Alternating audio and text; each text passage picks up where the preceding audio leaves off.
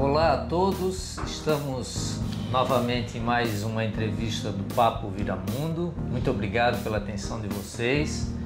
Nós hoje estamos com o meu amigo, professor doutor Bruno Caramelli. Ele é um professor que está trabalhando, e nós estamos nesse momento no INCOR, né? INCOR. É um instituto, imagino que seja Instituto do Coração. E que é no topo da Avenida Rebouças, quase. Tá? Então, é mais um órgão que está intimamente ligado à Universidade de São Paulo. E nós vamos trabalhar um pouquinho hoje com o Bruno, conversar um pouquinho sobre a carreira dele, etc.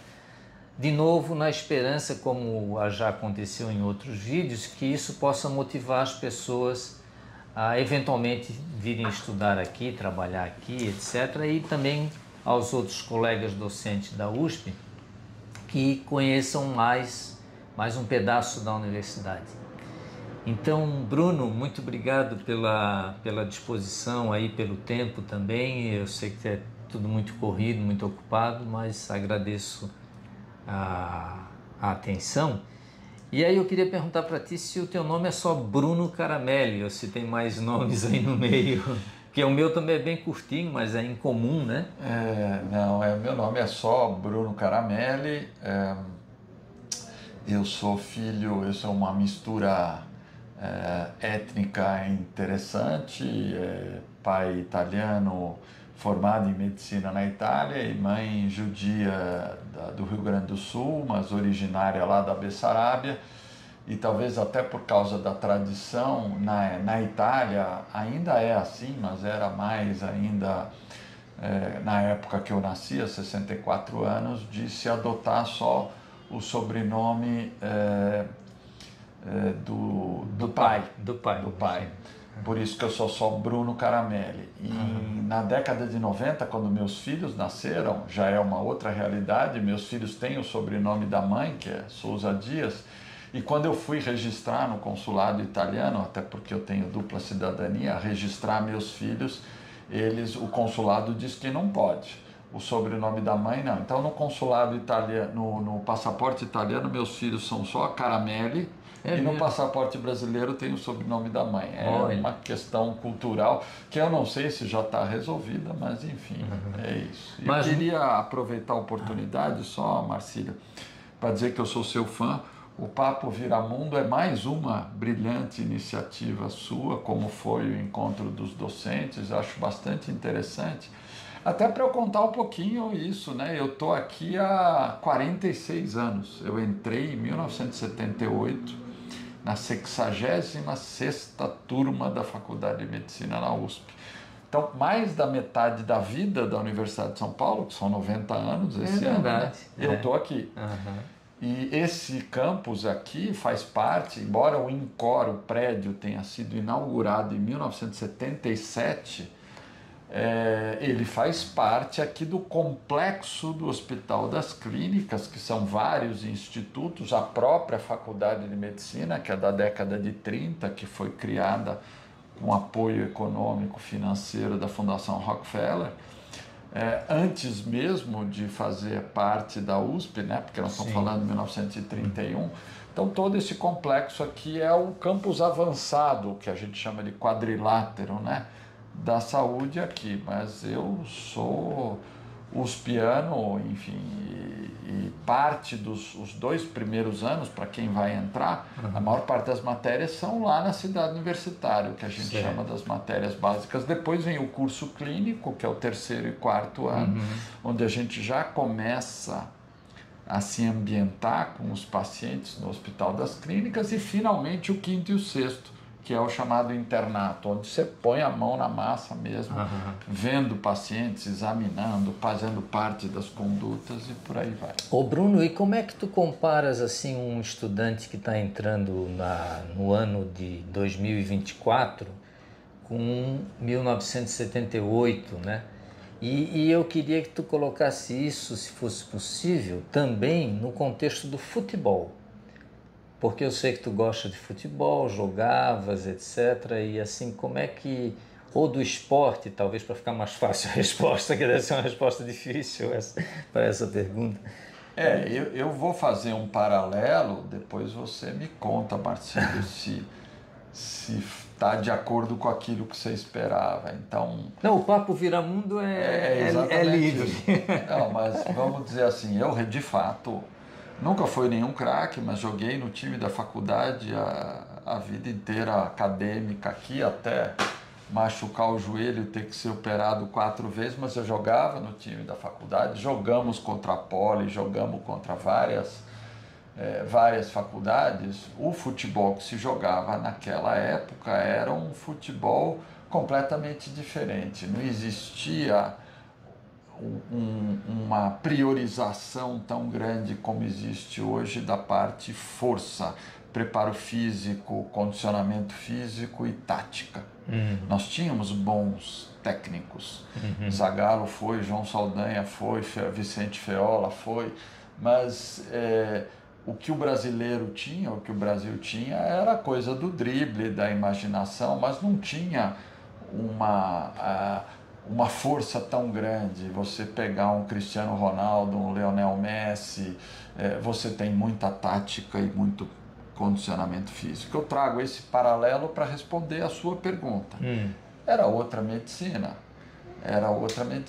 Não que eu não possa fazê-la e executá-la hoje com os meus 64 anos de idade. Sim, é possível, mas eu tive que me adaptar. Então, com o passar dos anos, é isso? Existe eu gosto muito de série de TV, eu tenho até para quem quer, se me permitir uma propaganda, um canal, uma página no Instagram que chama Coração na Tela, onde a gente vai trazendo cenas de séries e de filmes sobre medicina, especificamente para cardiologia, que foi feita para os alunos do 3º e 4º ano, onde a gente comenta, olha, essa cena aqui tem uma ressuscitação, ou tem uma doença e está mal retratada, ou está bem retratada. Então, esse é um recurso que a gente ganhou. Então, tem uma série de TV que se chama The Nick, com o Clive Owen, em que ele é um médico do princípio do século XX. E no primeiro episódio ele fala isso, que quando em 45, 50 anos e meio século, entre 1850 e 1900, tanto conhecimento médico se juntou, de tal maneira que nós chegamos a uma expectativa de vida maravilhosa, 45 anos de idade. Quer dizer, uma criança que nascia em 1900, olhando para o futuro, em média, tinha 45 anos de idade. Hoje no Japão é mais de 80. Ou seja, o que nós fizemos depois do que o John, o personagem, fala, que ainda operava sem luvas, não tinha antibiótico naquela época. Hoje nós temos uma expectativa de vida, mesmo num país ainda em desenvolvimento como o Brasil, uma economia emergente, aqui é 74, 73 anos de idade. O avanço foi brutal. Quando eu entrei na faculdade, a gente pesquisava as novidades nas revistas, indo na biblioteca e tendo uma coisa que chamava Index Médico, que eram volumes onde você tinha todas as publicações daquele ano, daquele mês, eram volumes pesadões, assim. Hoje não existe mais o Index Médico. A quantidade de conhecimento produzida é muito maior, são dezenas de milhares de artigos publicados todos os meses, trazendo muito conhecimento. Tem muita coisa descartável, mas sem dúvida a gente revolucionou. Não é porque nós reduzimos a mortalidade infantil que a nossa expectativa de vida aumentou, não. Porque nós diminuímos mortalidade nas doenças que são campeãs de morte, as doenças cardiovasculares, o câncer, as doenças infecciosas. Nós adquirimos conhecimento com tratamento farmacológico, com intervenção, de tal maneira em que a gente conseguiu. Então, é o paralelo do futebol. Se eu pegasse o meu professor de 1978 em cardiologia, ou 79, para aplicar os conhecimentos disponíveis na época, certamente ele ia perder o emprego, ou não ia conseguir executar uma mesma medicina, uma medicina com a qualidade que a gente faz hoje. Então você tem que se adaptar. Como disse um professor aposentado da USP outro dia, num artigo, a inteligência artificial. Se a gente não usar a inteligência artificial como ferramenta complementar na medicina ou em qualquer área de conhecimento, nós vamos perder o bonde da história, porque é uma revolução. Entendi. Mas deixa eu te perguntar sobre a tua escolha, né? Que é uma escolha sempre difícil para muitas pessoas, com 17 anos, né? Ter que escolher fazer medicina ou qualquer outra profissão, né? Teve algum conflito? Foi difícil? Teve uma influência do teu pai? Eu acho que isso não mudou, Marcílio. Eu acho que isso é uma coisa, assim como o nosso futebol tem que se adaptar se a gente quiser ser campeão do mundo de novo e incluir cada vez mais tática, por isso que eu sou a favor de ter um técnico bom aqui no Brasil e treinadores bons que vão acima ou junto, acompanham o conhecimento. Acho que um monte de coisa mudou, mas isso não. Qual é o perfil do indivíduo que escolhe fazer medicina? Aquele indivíduo que tem na veia, nos genes, na cabeça, um desejo de ajudar o próximo. Isso ainda acho que permanece. Eu acho que ainda permanece, e foi o que aconteceu comigo. Eu falei no começo, meu pai era médico, eu tinha uma verdadeira admiração e paixão pelo meu irmão mais velho, que era da sua área, era de exatas. Meu irmão fazia física na USP, e infelizmente meu pai e meu irmão morreram juntos num acidente de automóvel quando eu ainda tinha 15 anos de idade. E naquele dia que eu ainda dizia que queria ser físico como meu irmão, eu passei pelo hospital onde estava sendo feito o velório do meu pai e falei, não. Meu pai gostava do que ele fazia e ele transmitia para nós, e eu acompanhava meu pai no hospital, às vezes nas visitas, de ajudar, de fazer algo pelo próximo. E é isso que eu quero para mim. E foi nesse dia, com 15 anos, que eu decidi que eu ia ser médico. Mas tem muitas profissões que também ajudam ao próximo diretamente, né? Mas... odonto ajuda, enfermagem... Eu disse uma vez... Educação... Eu disse uma vez para a Inês, no memorial do meu primeiro concurso, você sabe, Marcílio, a gente se conhece, eu sou um ateu. Eu não sou religioso, eu não sou nem agnóstico, eu sou ateu. Mas eu estudo muito e gosto muito da filosofia das religiões. Eu que sou meio judeu, enfim. Talvez a profissão que aproxime mais o homem de Deus é a medicina.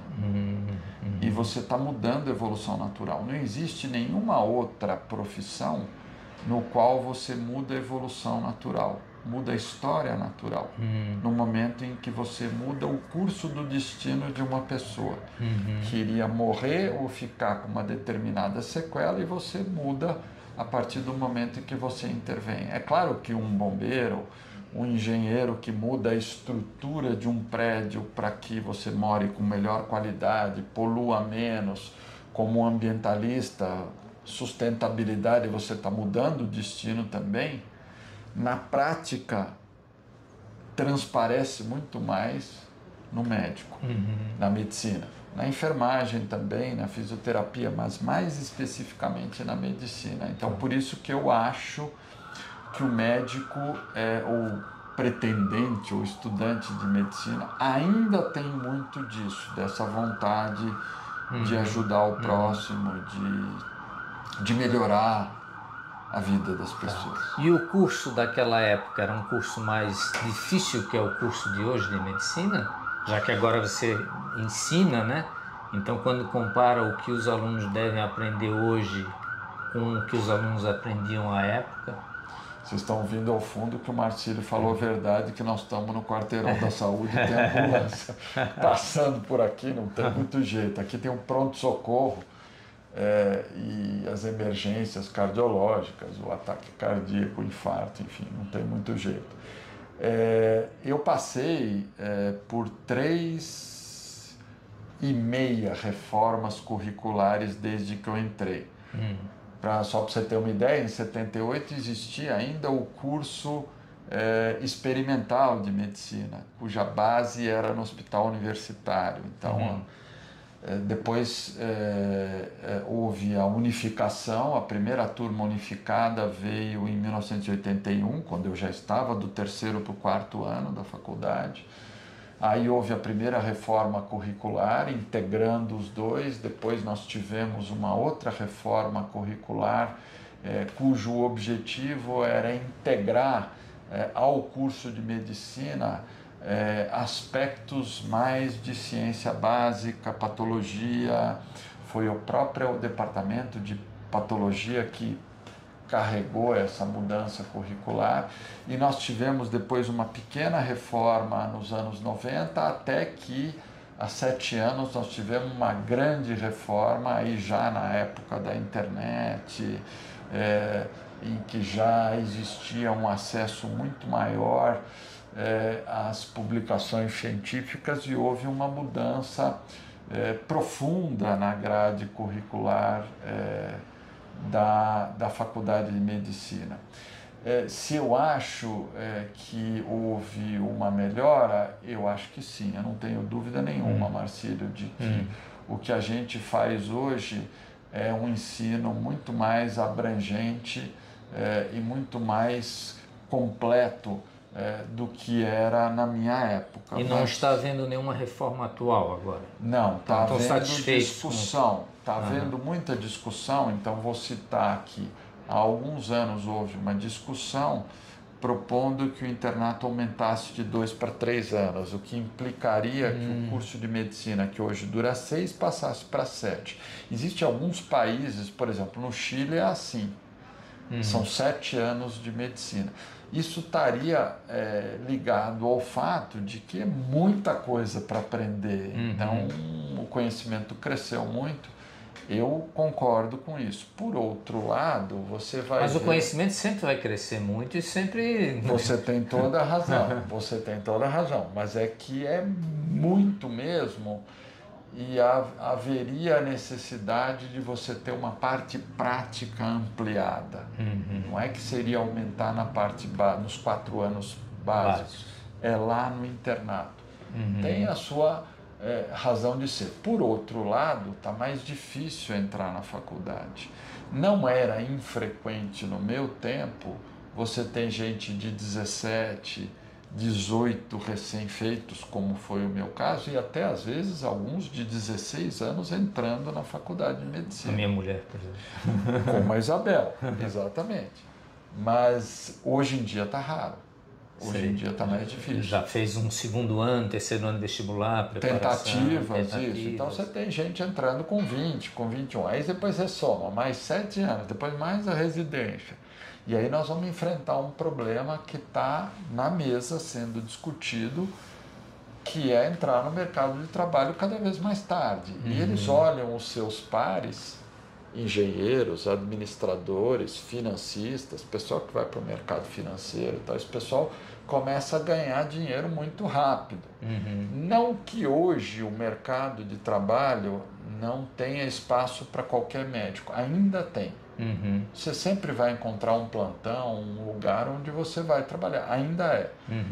Mas você começa a ganhar muito mais velho, com uma idade muito maior do que os colegas de outras áreas. E sem contar que agora vem as faculdades particulares, que vai inundar o mercado de médicos. Mas os ouvintes aí não me perdoariam se eu não te perguntasse por que cardiologia, né? Porque medicina a gente já entendeu um pouquinho, né? Mas a cardiologia, por que não a psiquiatria?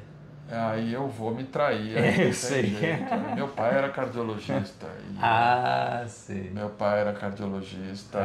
Certo. Eu tenho o falecimento precoce do meu pai quando eu tinha 15 anos. Embora, salvo 1 ou 2, eu acabei não pegando nenhum paciente, herdando nenhum paciente do meu pai, porque quando ele faleceu eu tinha 15 anos. Sim. Mas eu não tenho dúvida nenhuma, e também não tenho nenhum receio de dizer para você que isso é uma herança, uma paixão, um legado. Um legado familiar. Né? Familiar do meu pai.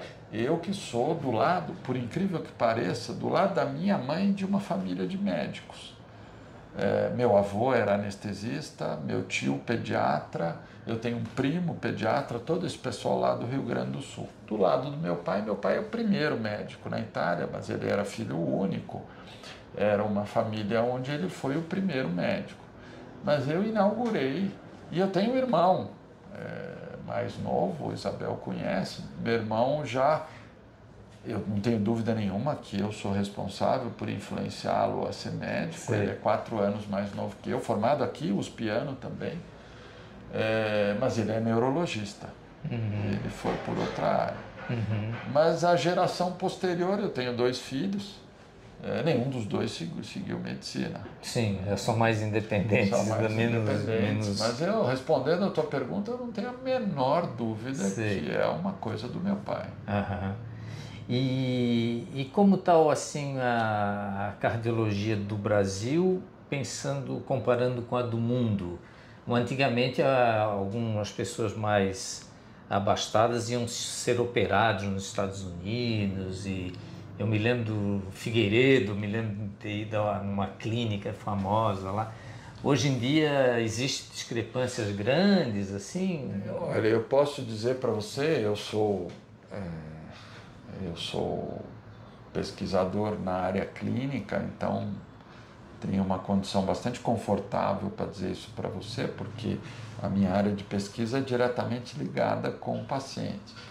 O Brasil hoje ocupa uma posição de absoluto destaque no primeiro time, na cardiologia, no mundo inteiro, não tem discussão nenhuma. Se você for ver produção científica vinculada ou da qual participam pesquisadores brasileiros em pesquisa clínica, você encontra brasileiro em tudo quanto é lugar. Nos congressos internacionais, as delegações brasileiras são, tirante o país que está sediando o evento, a primeira, se não é a primeira, é a segunda, segundo time em número, o Brasil. E em número de publicações, em qualidade, você tem gente do primeiro time. Então, hoje, nesse momento, o Brasil, em cardiologia, não deve nada a ninguém. Você tem condições de fazer aqui o que é de mais atual e de melhor no mundo.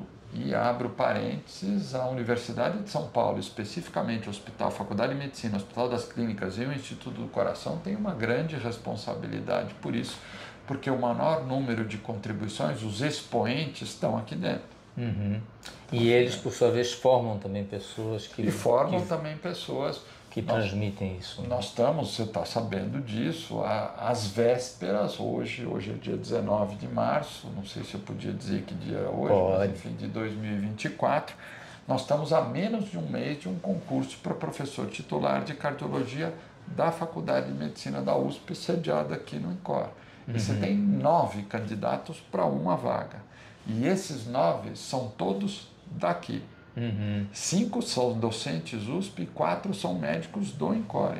E todos de excepcional qualidade, com produção científica, com relevância, que já formaram e continuam formando pessoas no Brasil inteiro. Nós temos a melhor residência de cardiologia, a que é mais procurada. Nós já formamos quase 1000 residentes desde o começo da década de 80, que é o que a gente chama da era moderna da residência em cardiologia, e essas pessoas estão espalhadas aí pelo Brasil, pela América Latina. Recebemos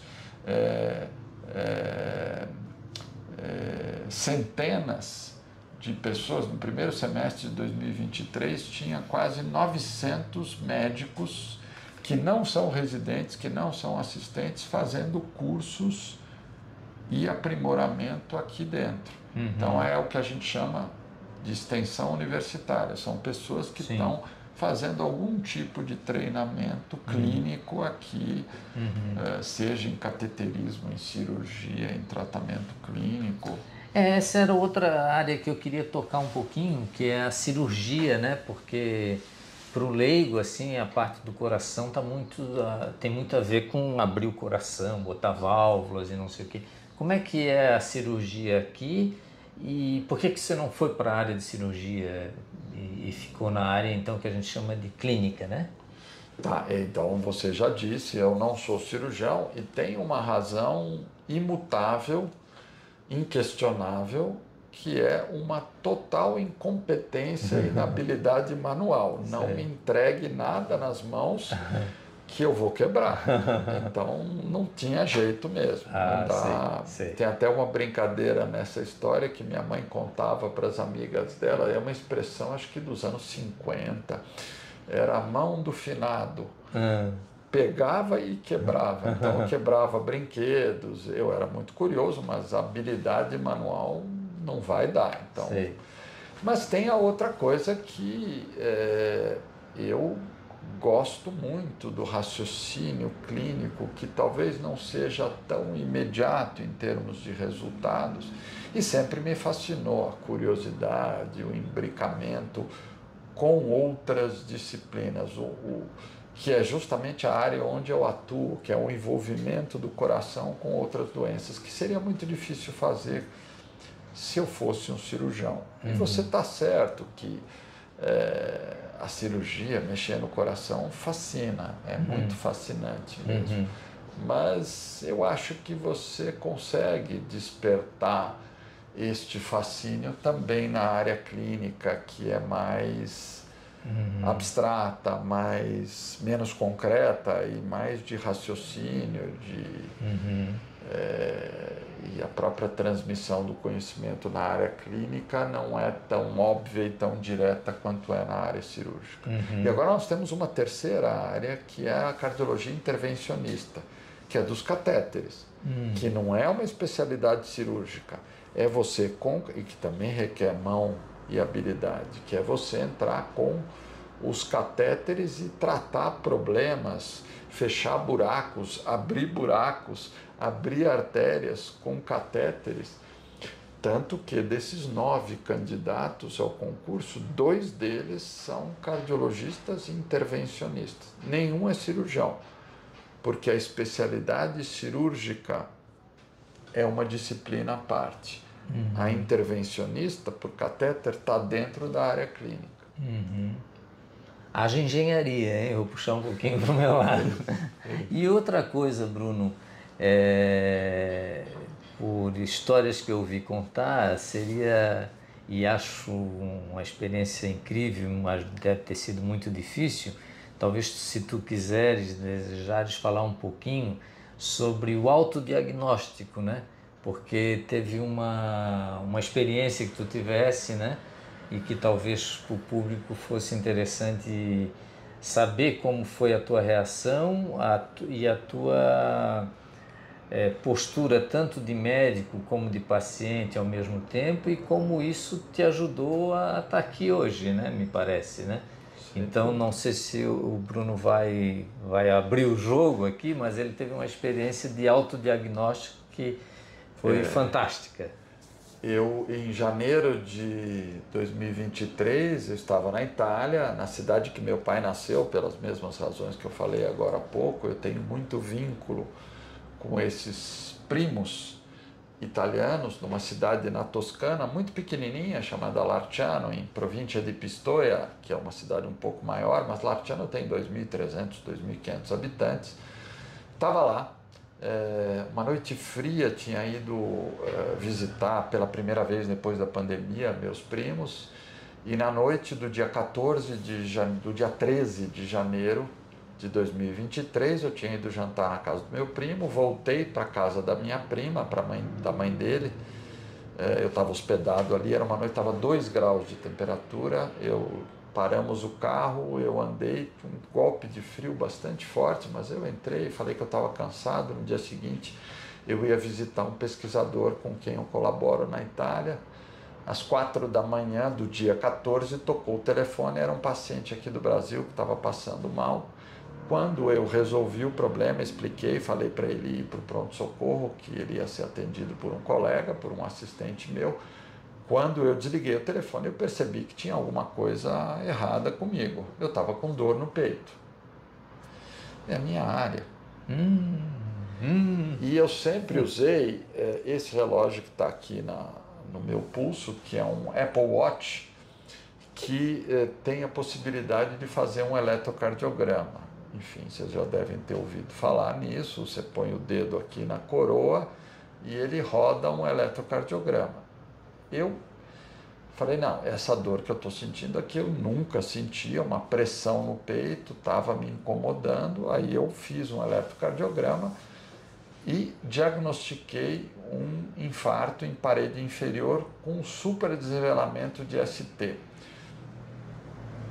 Você é engenheiro, mas o cardiologista que está me ouvindo aqui sabe que a derivação, o ângulo de visão oferecido por esse relógio é uma derivação D2 que olha para a parede inferior. Então eu sabia que era a parede inferior e o fato de ter um supra significa que eu tenho que tomar atitude rapidamente e tem que ser atendido. Daí eu saí do quarto, olhei no espelho, vi que eu estava suando, estava pálido. Bati na porta da minha prima, querida Márcia, e falei, Márcia, você precisa chamar o pronto-socorro que eu estou tendo um infarto. A Márcia disse, Bruno, vai dormir que você comeu demais. Eu falei, não. Acendi a luz e falei, Márcia, eu estou tendo um infarto. Daí ela me viu a camisa encharcada, viu que eu estava pálido, se assustou e chamou. Como é que é estruturado lá na Itália? As pequenas cidades que não têm hospital, tem uma ambulância que fica no meio caminho entre as três, de tal maneira que em 5 minutos tinha uma ambulância na porta com 3 médicas. A ambulância tem a médica. Com a médica. E fizeram o eletrocardiograma na cama que eu estava dormindo. Mas eu já falei, eu falo italiano como português, eu falei que eu estava tendo infarto de parede inferior com super DST. Elas me olharam meio assim, o que esse velho de cabelo branco está falando? Só que aí elas fizeram o eletrocardiograma e mostraram, o senhor tem razão. O senhor é médico? Eu falei, eu sou médico, sou cardiologista, sou professor universitário e a minha área é exatamente essa. Aí elas falaram, o senhor tem que ir para o hospital imediatamente. Eu falei, mas é exatamente isso que eu quero, estou às ordens. Me botaram naquele lençol de cor metálica, de papel metálico, para proteger do frio, para manter o calor. Me botaram na ambulância, ligaram a sirene e em 15 minutos pela autoestrada eu estava no hospital de Pistoia, que é a cidade grande e que é vinculada à Universidade de Florença. Cheguei lá e aí começou a minha peripécia, a minha jornada. Porque eu cheguei no pronto-socorro falando italiano e dizendo que eu era professor. O médico que estava de plantão é mais novo que eu, Dr. Bucci, faço questão, não vou esquecer nunca esse nome, porque ele quis fazer um tratamento para mim e fez com 2 remédios que não se faz há 40 anos. Tá vendo o Brasil na frente. E daí eu falei para ele, olha, desculpa, mas eu sou médico, sou professor universitário, não tem porquê dar diurético para mim e não tem porquê dar lidocaína. Não se faz lidocaína e nenhuma diretriz está recomendado lidocaína na fase aguda do infarto. Nem na diretriz europeia, da qual a Itália faz parte. E ele me respondeu, aqui quem manda sou eu. Uau. Aqui a diretriz sou eu. Às 5h30 da manhã, o que eu vou fazer? E aí foi. Ele fez como ele queria fazer. Ele fez como ele queria fazer. E, enfim, obviamente eu peguei o celular, liguei para a Inês, liguei para minha mulher. Eu não sabia o que ia acontecer, eu ia entrar num procedimento de cateterismo de urgência, eu não sabia, existe um risco, eu sei disso, né? Existe um risco de morte. E foi feito. Não foi só esse erro, foram vários erros. Felizmente, como você mesmo diz, eu estou aqui, estou conversando, porque esses erros acabaram não me causando nenhuma complicação, mas poderiam ter causado. Eu estou aqui, estou bem, estou me tratando. Foi um susto e um medo, para usar o termo italiano, uma paura muito grande. A paura é italiano? Paura é medo. Que a gente fala de uma paura. De uma... É isso aí, é italiano. Uma paura muito grande, eu não posso morrer, enfim, por várias razões. Meus filhos, minha família precisa de mim, enfim. E acabou ficando por isso mesmo, e é uma realidade completamente diferente. Nós estávamos ainda nos estertores da pandemia, então eu não podia receber visita. Então eu fiquei num quarto numa UTI, junto com uma paciente idosa confusa, agitada, gritando, e recebendo visita 40 minutos por dia só. Sei. Uma médica, aluna minha, ex-aluna minha, ex-orientanda de doutorado e de pós-doc, que está radicada na Suíça, pegou um trem e veio me ver, não deixaram ela ver os exames, não deixaram, ela fez sugestões, eles não seguiram. Meu irmão veio do Brasil, meu irmão neurologista, médico, sugeriu algumas coisas, porque eu estava muito ansioso, não seguiram. Enfim, chegou no 5º dia de UTI, segundo as diretrizes mundiais eu podia ser dispensado, e eles disseram que não, segundo as diretrizes deles. E daí eu pedi alta pedido. Saí do hospital, fiquei no hotel mais uma semana, ou pouco mais que isso, e acabei voltando para o Brasil. Assumi o tratamento aqui no Brasil, eu não me trato, eu só fiz o meu diagnóstico. Eu sou tratado por colegas aqui do INCOR e estou aí. Emagreci 8 quilos, como você que me conhece de antes percebe, eu emagreci. Estou fazendo exercício, não sou atleta que nem você, mas eu faço exercício 4 a 5 vezes por semana e estou muito bem. Tá bom. E Bruno, então essa é uma experiência super única, né, aqui no nosso Papo Viramundo, então, mas eu acho que vale a pena ser reportada para a gente saber, né, de o próprio médico se autodiagnosticar. É um negócio assim muito único, né? Mas eu queria te perguntar agora um pouquinho sobre o futuro, né? O futuro, assim, tanto pode falar um pouco de carreira ou coisa assim particular, mas eu pensaria mais a pergunta no sentido de futuro de universidade, o caminho assim que uma USP deve tomar para não se envelhecer, né? Para conseguir receber jovens de 18 anos com um espírito de jovem de 18 anos, né? E isso é muito difícil porque os professores, toda a administração da universidade tem uma visão já madura da vida, né? E a gente está precisando prover aos alunos uma coisa nova, né? Como é que tu enxerga isso, assim, fazendo um apanhado geral aqui agora da nossa entrevista, visando já finalizá-la? Eu vou tentar sintetizar isso, Marcílio, se você me dá essa oportunidade, que mais uma vez eu agradeço. Eu vejo que, pegando de novo o exemplo lá do começo, onde a gente começou nossa conversa no futebol, nós temos que nos adaptar. A revolução, como disse esse professor, a revolução que a inteligência artificial está trazendo para o conhecimento, para o ensino, para a ciência, para a pesquisa, vai acontecer, segundo ele, em 1.200 dias, e nós já gastamos 400. Ou seja, vai ser muito rápido. E nós precisamos nos adaptar. E isto começa por uma governança, uma gestão cada vez mais participativa. Eu não vejo espaço, não estou dizendo nem como é e nem que seja assim. É como deve ser, porque a tua pergunta é essa, é o futuro.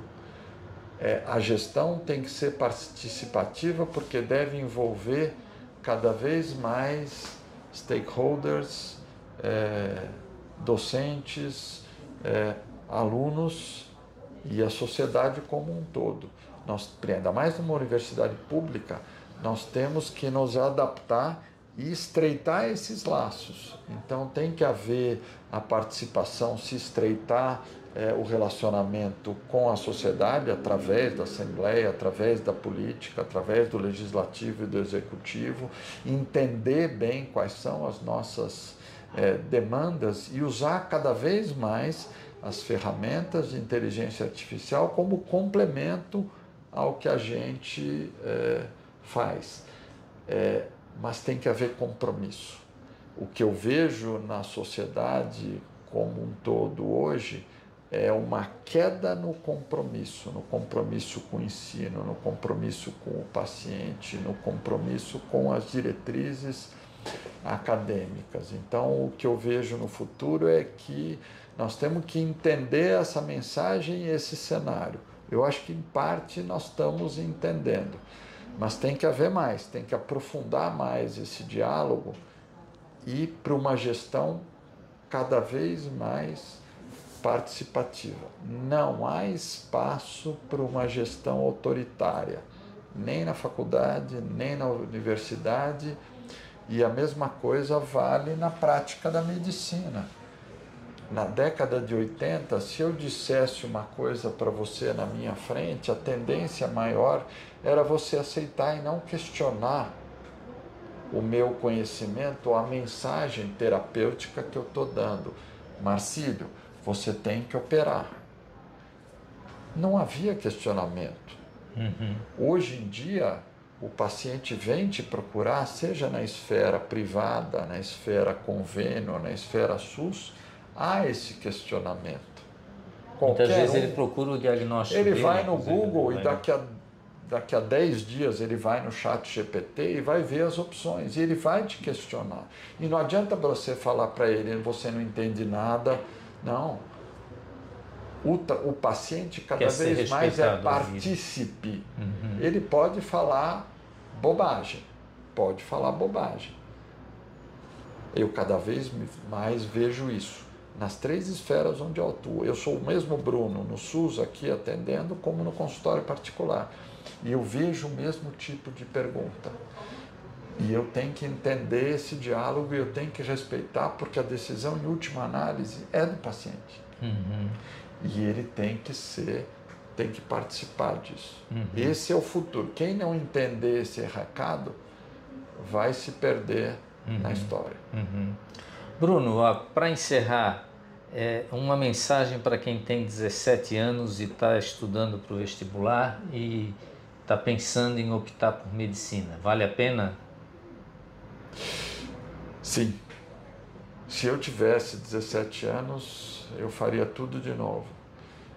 E por algumas razões, mas são as razões que eu espero transmitir. Infelizmente, não vou poder receber de volta aquilo que para mim mais me fascina sendo professor. É explicar, dar uma aula e enxergar com os óculos que os olhinhos daquele aluno brilharam porque ele entendeu a mensagem. Entendi. Isso não tem preço.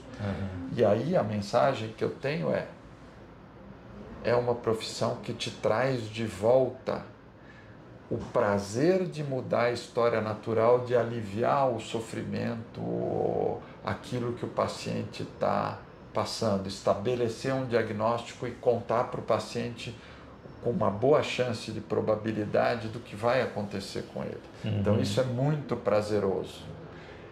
Isto a medicina tem. Conhecer desafios, não parar de estudar nunca. Seja curioso. Para quem é curioso, e a curiosidade não morre aos 50, aos 60, aos 70, na medicina, por isso que é uma das profissões mais longevas, principalmente o clínico.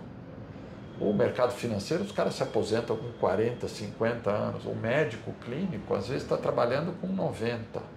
Enquanto houver a curiosidade, a vontade de aprender, de entender, então esta é uma outra mensagem.